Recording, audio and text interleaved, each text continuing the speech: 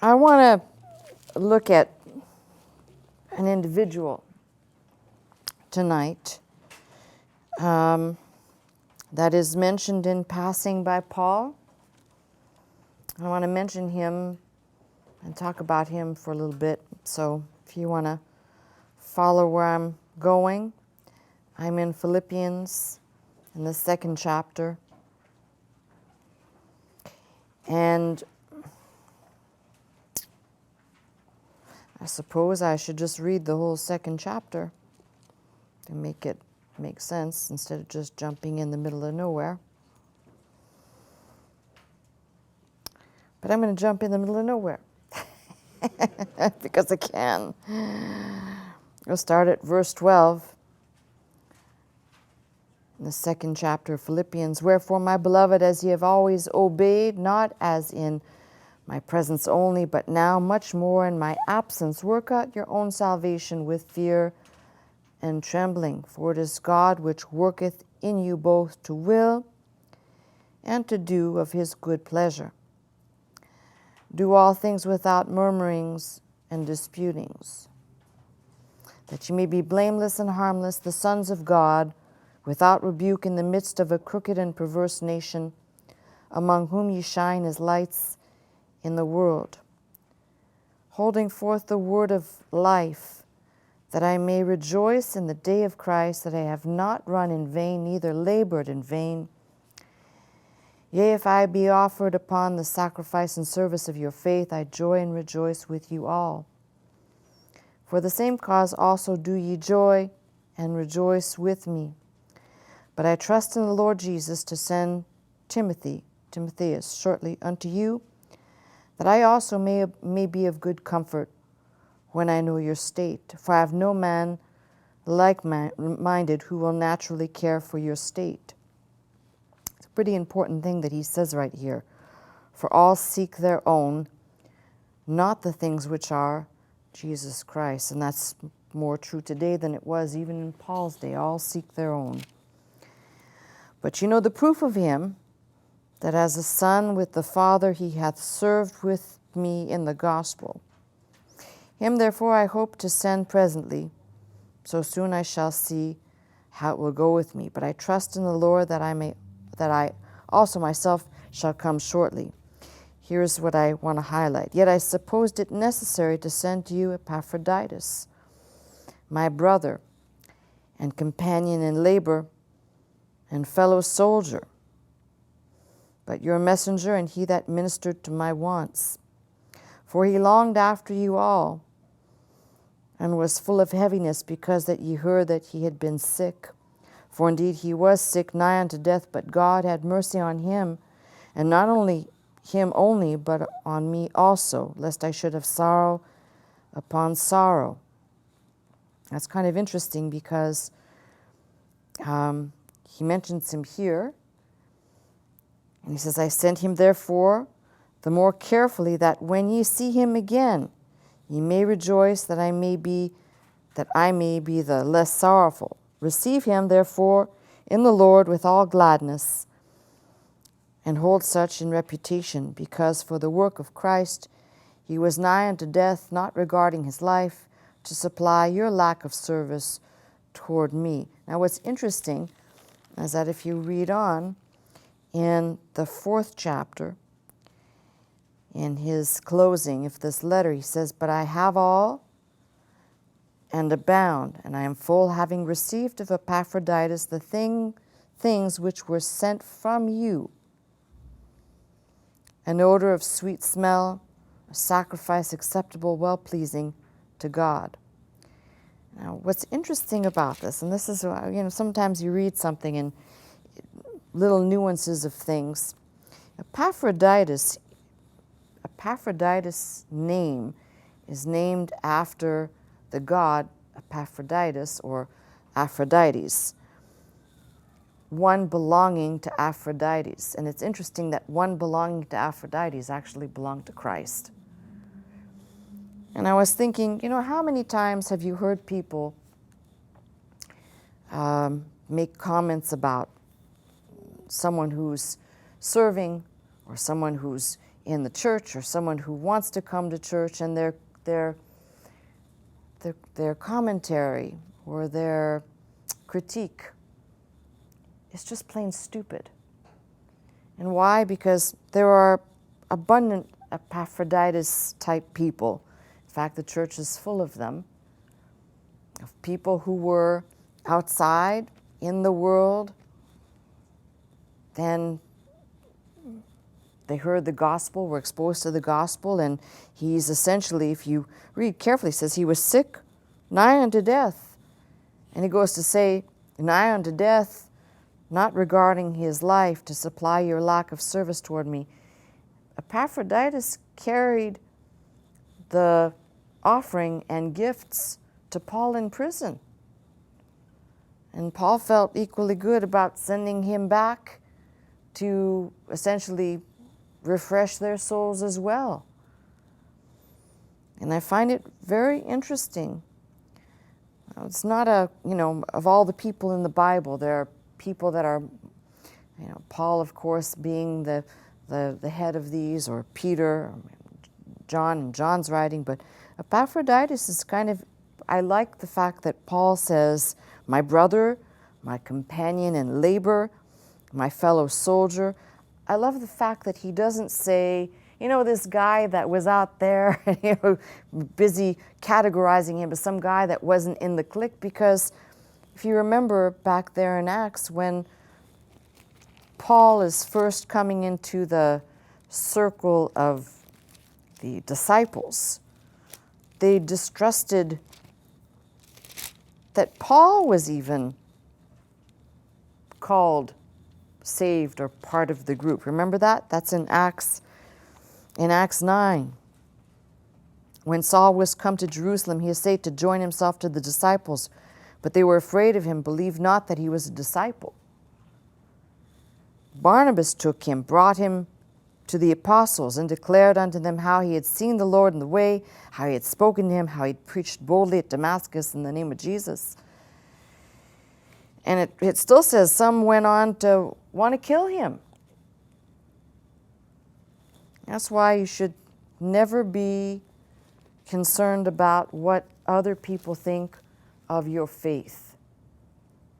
Don't ever be concerned about what somebody says about the way you act in faith, or your faithing activities, or don't be concerned about it. There's always going to be people like that.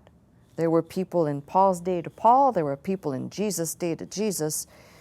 There were people in this day and age with Epaphroditus, I'm sure, which is why Paul had to say, brother, fellow laborer, companion in labor, fellow soldier, but your messenger, and he that ministered unto my wants. That's putting him in pretty high cotton. And the fact that God had mercy on him, he was sick nigh unto death, God had mercy on him. Paul says that, lest I should have sorrow upon sorrow, more sorrow, and be more sorrowful, more grief, and more grief. So what I want to talk to you tonight about just briefly is I read this and it caught my attention. See, we don't often talk about some of these people. We'll call them the lesser known characters of the Bible. And I'm sure if we probe a little bit, we could probably dig up some more color onto this individual, but the main thing is that Paul he put him in pretty high standing, fellow laborer, someone who's a fellow soldier. And that's why I tell you, we're never to judge. If somebody comes, I read that message yesterday of somebody saying that they were thrown out of a church. Every church they've gone into, they've been thrown out. Somebody finds out about their past. Well, obviously, I don't know what type of a church you're going to then. I mean, no offense, but isn't the church made up of sinners? So I don't know, maybe the place that's calling itself the church, wherever you've gone to, is something else, but it can't be a church. I mean, just indulge me for a minute.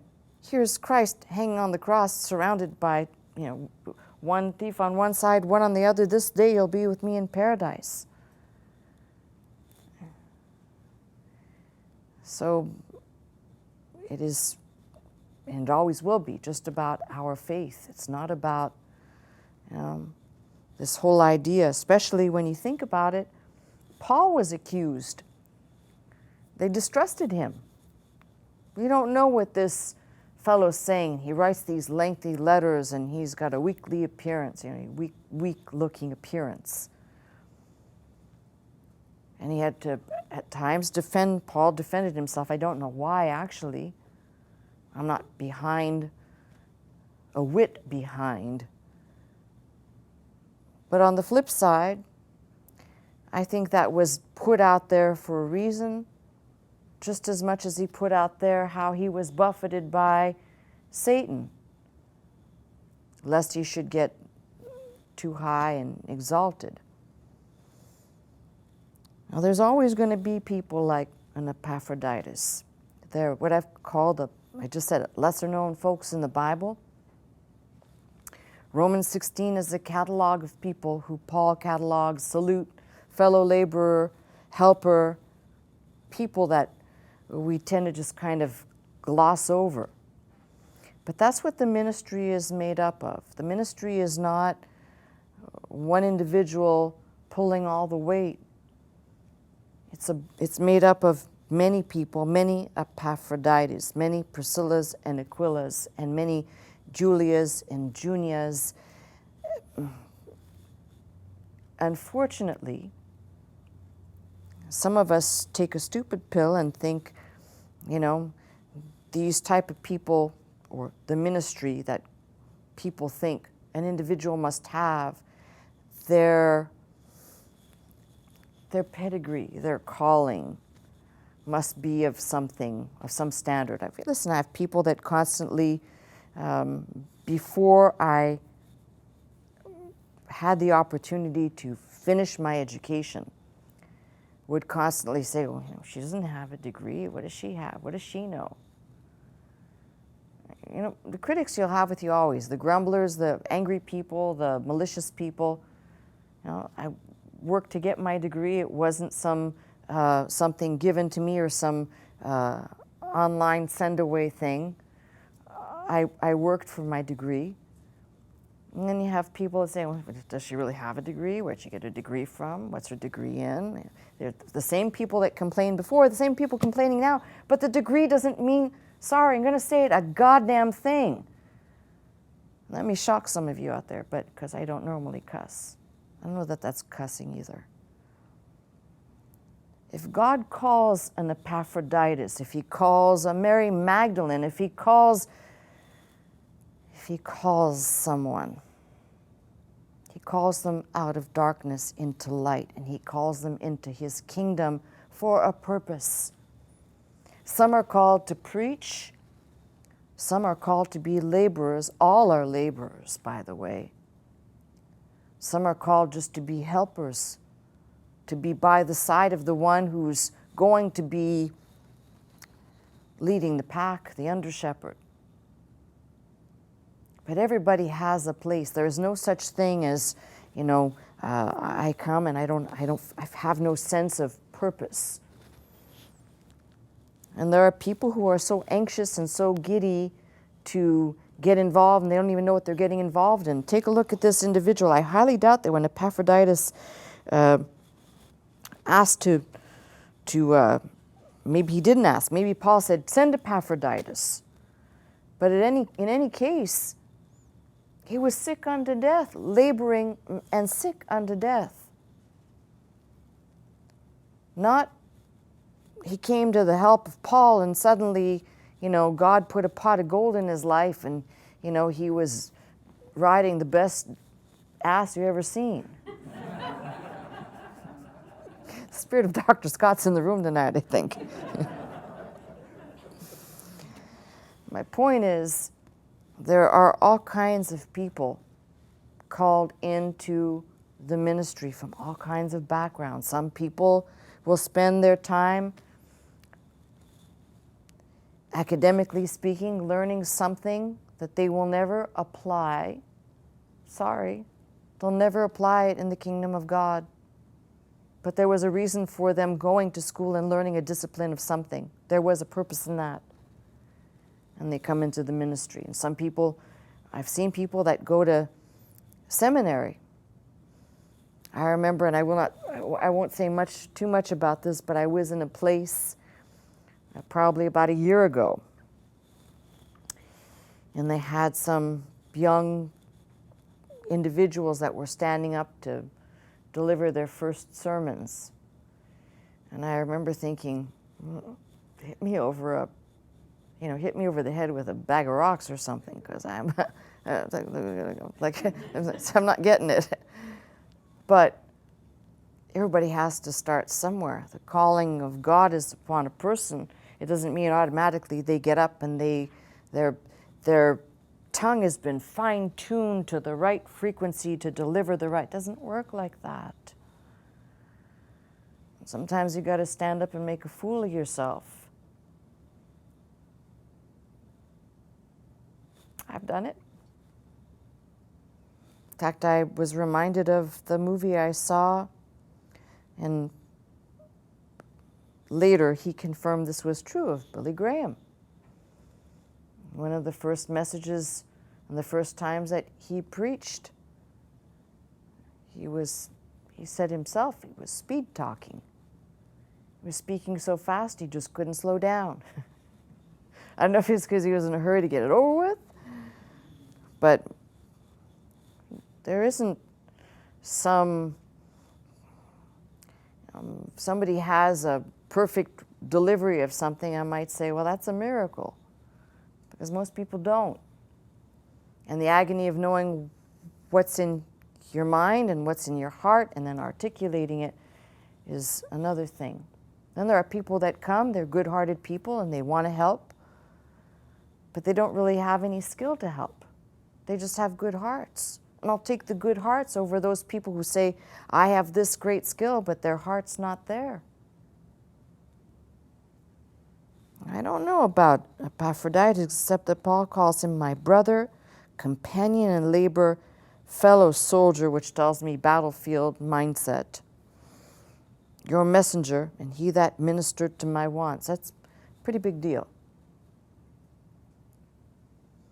You often read about things, even in the Old Testament, the king's cupbearer, menial tasks of things that people did, of servitude. But here, there could be no greater thing than to be an Epaphroditus serving Paul and ministering to his needs. I don't know about you, but I think that there's a lot of people out there that maybe misunderstand. When I ask people to help, they misunderstand, or they're not quite on the same page.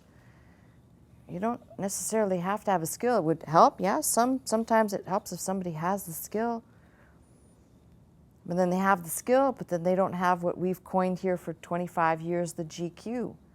That's having been here to know the how-to, not getting the job done, but the how-to of functioning here. Got lots of people who, when I called for volunteers, whether it be to edit, some people just started getting trained in another area. We had people training to learn how to run a camera, or how to run the master control, how to do an air shift. And these are all, it's all part of what makes the ministry go. And there isn't one place that's better than another or higher than another. I've got people, I ran into you bringing out the communion tray. I'm talking to you back there. And you do 20 other things during the day. And I'll run into people. Sometimes I'm upstairs and there's somebody coming out cleaning the bathroom. And there's people that come in and clean other areas of the building. I don't see them. Most of the time I don't see them. That's all important. It's all important. We have somebody who paints and does touch-up in places and somebody who maybe cleans lenses, although I trust that the person who's cleaning the lenses isn't the person who's touching the windows of my car. That's a mystery only God can solve. My point is, it takes a lot of people. It takes a lot of Epaphroditus to make the ministry work. Now, there's probably people that help Paul that are not mentioned. In fact, there is. The people that led him over the wall in the basket.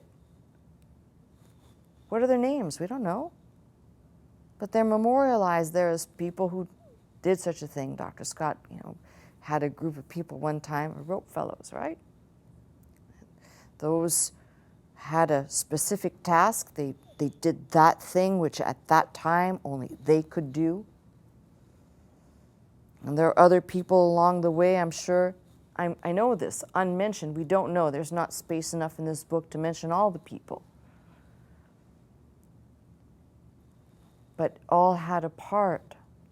It took Paul to write 2/3 of the New Testament, but how did this prison letter get back to and delivered to the people? It took an Epaphroditus. He talks many times over about Timothy coming to you shortly. Think about all the people that were around Paul. Apostle Paul's global ministry, right? And everybody in the sound of Paul's voice or in the sound of the reading of his letters wants to have a special title and a position. Nowadays, when you go to other people's ministry, everybody's got a title. I remember touring a ministry a couple of years back, and I was with 2 or 3 of my staff while we were going through somebody's big operation. And this is the person who does this, and they had an official title, minister of this, minister of toilet paper changing, minister of this. Everybody had a title. And then I remember these individuals turning to the 2 that were with me, and they asked, what's your title? And they said, we're just servants. Well, and can put it any way you want. It's like they run the credits on a commercial program. You watch a program, usually they run the credits of, you've got the camera crew, you've got all the people who've edited, all the audio, anybody who's involved, all the credits go there, right? And everybody's name is being seen, it passes by in a flash, boom, it's gone. Because of course their union makes sure that their name appears there. We don't have that here. That's between you and God. The credit roll is when the roll is called up yonder. The credit roll is as you go. You don't need some name somewhere scrolled that says, look what I did, and look at all my, this is as bad as putting a name somewhere on a wall because you gave $1,000 at one point, commitment, for the sake of getting your name on a wall. But the ministry needs people just like this that I'm mentioning tonight. Now, there's people listening to me tonight who don't even participate. You just watch, you enjoy the program, you watch on YouTube, or you watch however you listen, watch. And I'm grateful for you. Because it takes people out there to be, the Lord has to open the hearts and ears of people to receive. And the word of the Lord that's planted in somebody's heart, that begins to take root and grow, that brings faith, and faith brings on more faith, that brings more challenges that require more faith, right? Which I was just talking about earlier. But then there are those people who sit out there, who watch, who listen, and they may in their mind maybe think about it. They think about, they entertain, they think about helping. But it's just a thought.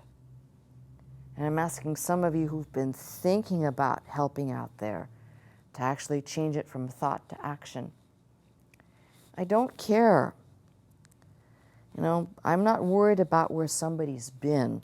I'm not worried about, you know, whether somebody has experience or not. You come as a malleable piece of clay, ready to do anything. We'll put you to work. And when I say put you to work, everybody's volunteering. And everybody can do something. I know that there's at least 2 or 3 people that's been brought to my attention that are actually proficient musicians that are in our congregation. You know I'm going to find you. I already know at least 2 names. So, you know, you're hiding for long enough. But it's things like this. You never consider the fact. I mean, I'm very thankful, we have our full-time usual drummer and someone that once a month sits in so that he can have a break, and God forbid if he's sick, there's someone to cover for him. And of course, we've got lots of people who can play guitars, and that's wonderful, so we have that space kind of covered. But it's always wonderful to be able to say we have somebody who can do this and they're actually proficient. They can actually play an instrument proficiently and know all the songs already and don't need to learn them. I smile because I think of Dr. Scott saying, "You're going to sing." And I said, "I don't know any of the songs, so you'll learn them." The ones that are in the church don't have to learn it. There's plenty of Epaphroditus here. I know there's a couple of people who've come and gone over the years, and they've been concerned with, you know, I don't know why people are so crazy about this. Tattoos. Who cares about your tattoos? You may still love them. Maybe you did them and you loved them, and now you don't love them anymore. I don't know. That's not my business. That's not my problem. That's yours. I don't judge you. It's not my deal. I'm not into tattoos, but if you like that and that's your business, that's your business. I don't judge you. And there's nothing worse than being around people who will pick at things like that are what I call the obvious things for the perfectionist nut jobs out there to pick at. But hypocrisy and cheapness and lack of love towards your fellow brother or sister, oh, that's just the norm over there. So what I'm saying to you is, this is a place where all people are welcome. I said this yesterday, I've said this before, I ask that you be respectful. It's the Lord's house. We may not have all of the ceremonial stained glass decorations that most people would say qualify a church to be a church. But this is the Lord's house, and I ask for it to be respected. It's pretty simple. I've got people out there who, I'm telling you because I read the messages and I read the letters, people out there who have, had a tough life early on with lots of drugs and lots of, they got a lot of living done early on in life. Be thankful then that you survived long enough to come to the awareness that God spared you and brought you to the kingdom for this hour. I'm looking for the people I would call the Epaphroditus of this age. Named after a pagan goddess, actually, but dedicated to Christ. Now, to Paul, he had a few. At one point he said all had forsaken him, only Luke was with him. But to Paul he had a few. And we used to have a number here, we used to say by the 300 out of the pages of Gideon. And I'd like to get that group of 300 back to where we have 300 committed people. And the rest of the folks that come that are just kind of learning what I call with training wheels of faith still on the mechanism of getting going in the operation of faith. Those Epaphroditus folks, be welcomed with open arms and with eager expectation of what the Lord might be doing in their lives. So, it is a call tonight, a call to service, a call to those people who have never even thought of it, and those people who've been thinking about it, but not gone beyond the thought. There's something for every single person to do in God's work for His kingdom, for His purpose. So I suggest that you figure out how to let me know that you're available. If you've already called in and you're on a list or you're already training for something, I'm not talking to you. I'm talking to the people who think somehow they're outside of that circle. It begins by picking up the telephone and letting me know you're there. And if you're not attending service, it begins by you being here on Sunday and showing that you got a track record of being committed at least there to attend, and then eventually build up a track record of giving, and you build from there to show that you're definitely dedicated and committed to being here and to serve here at this ministry.